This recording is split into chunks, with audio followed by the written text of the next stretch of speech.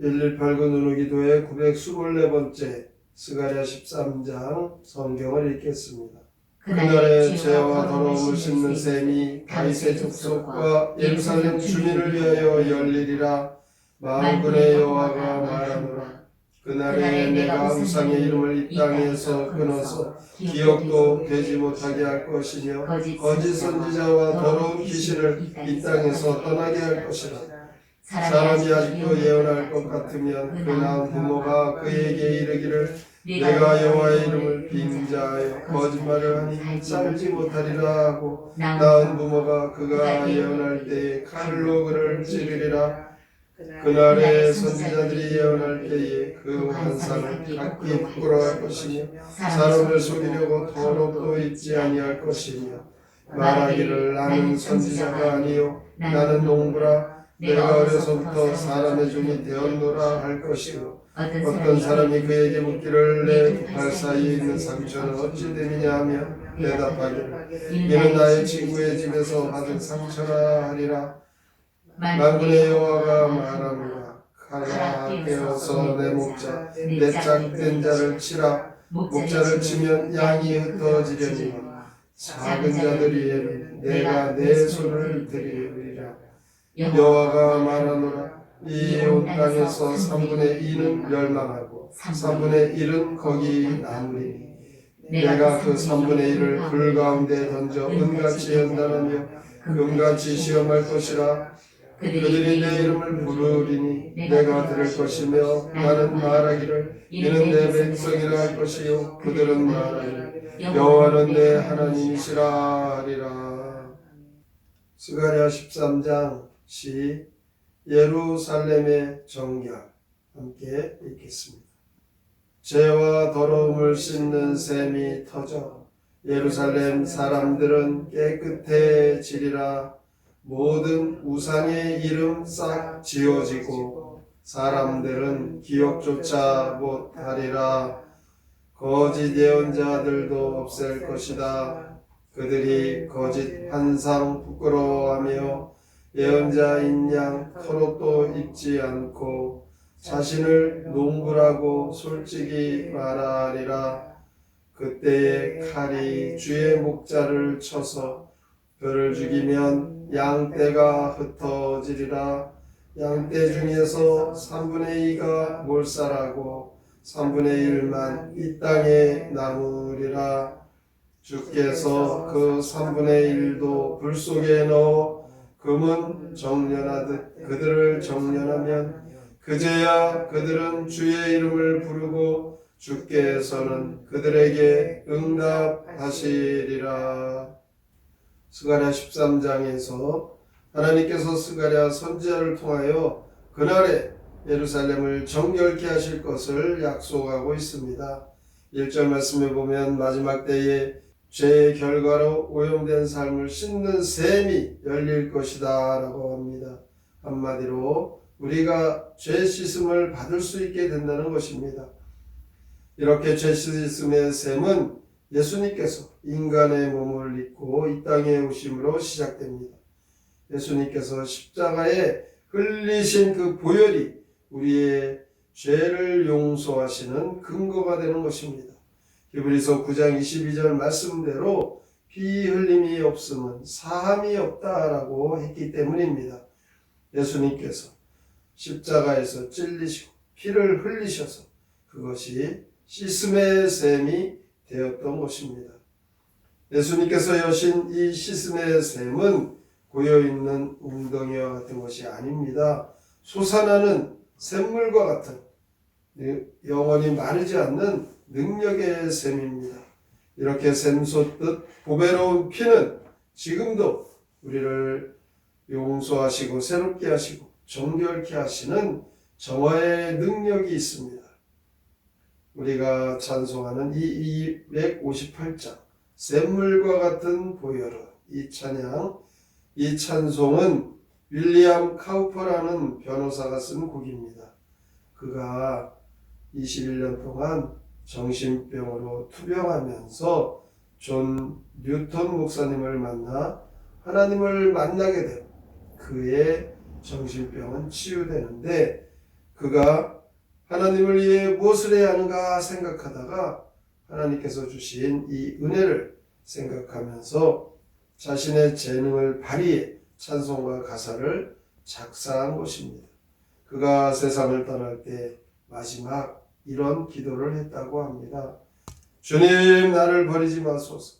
제가 이 순간도 주님의 보혈을 의지합니다.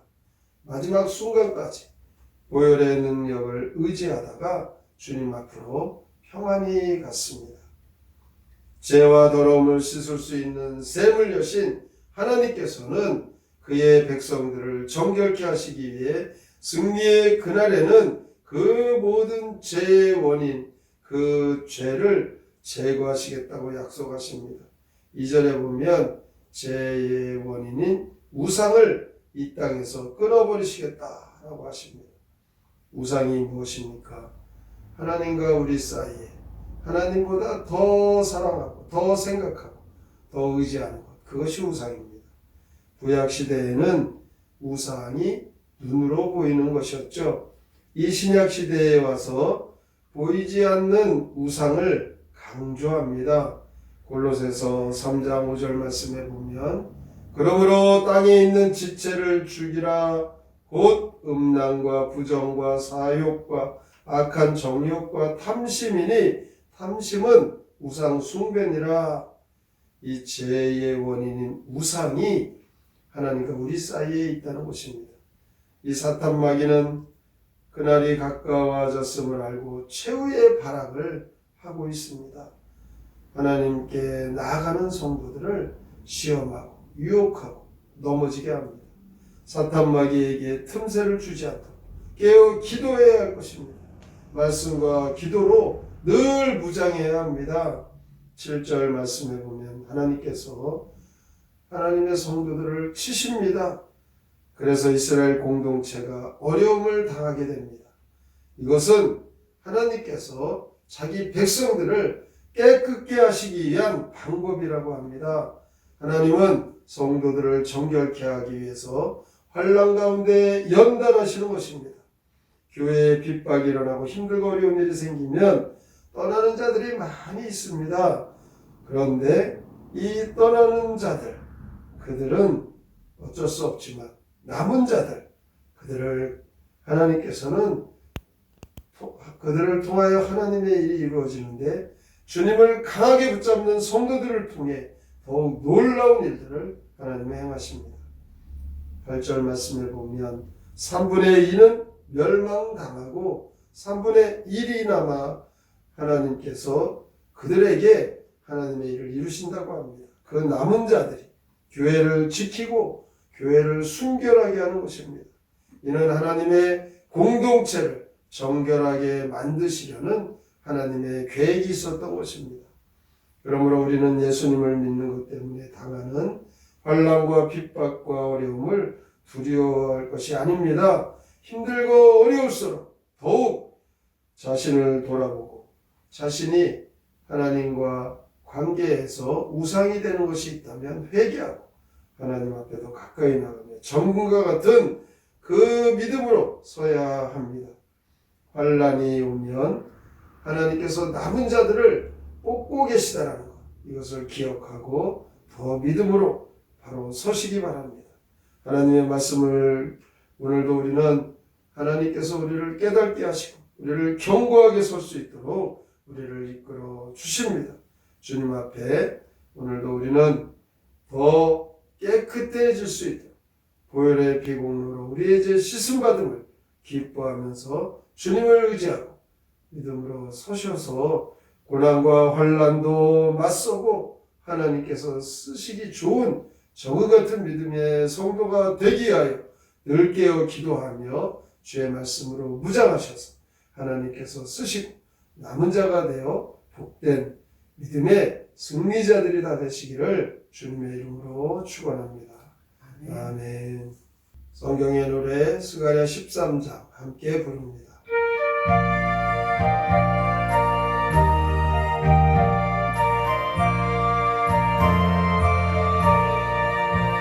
죄와 더러움을 씻는 샘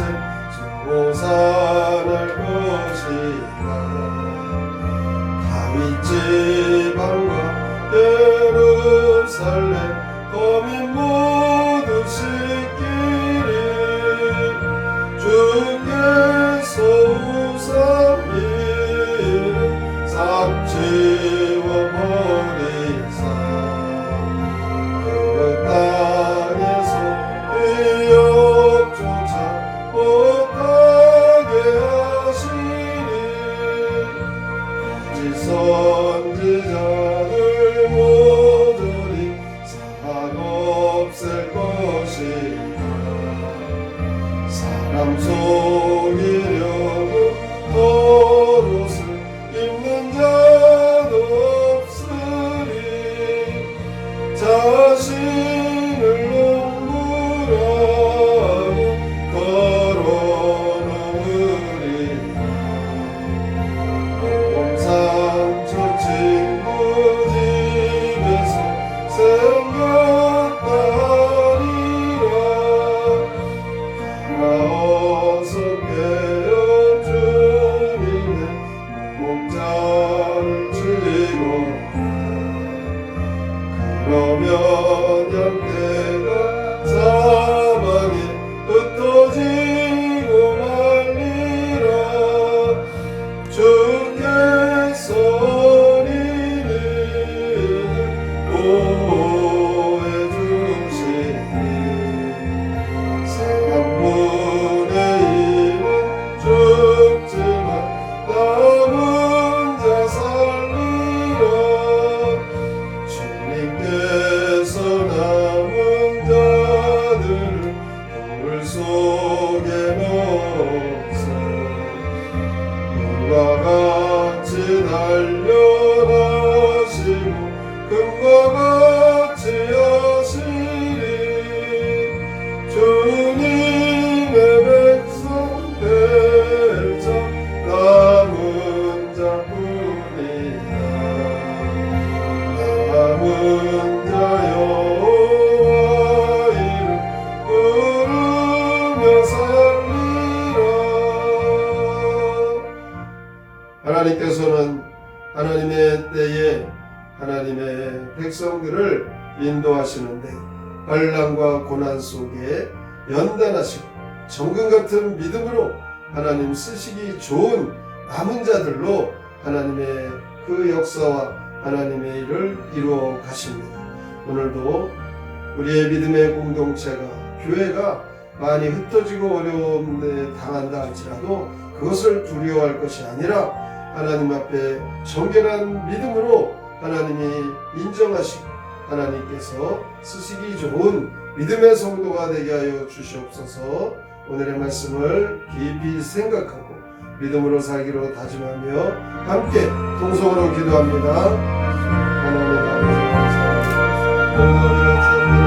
믿음으로 살기 하나님 인도하여 주시며 하나님의 말씀을 맡겨주시니 감사합니다.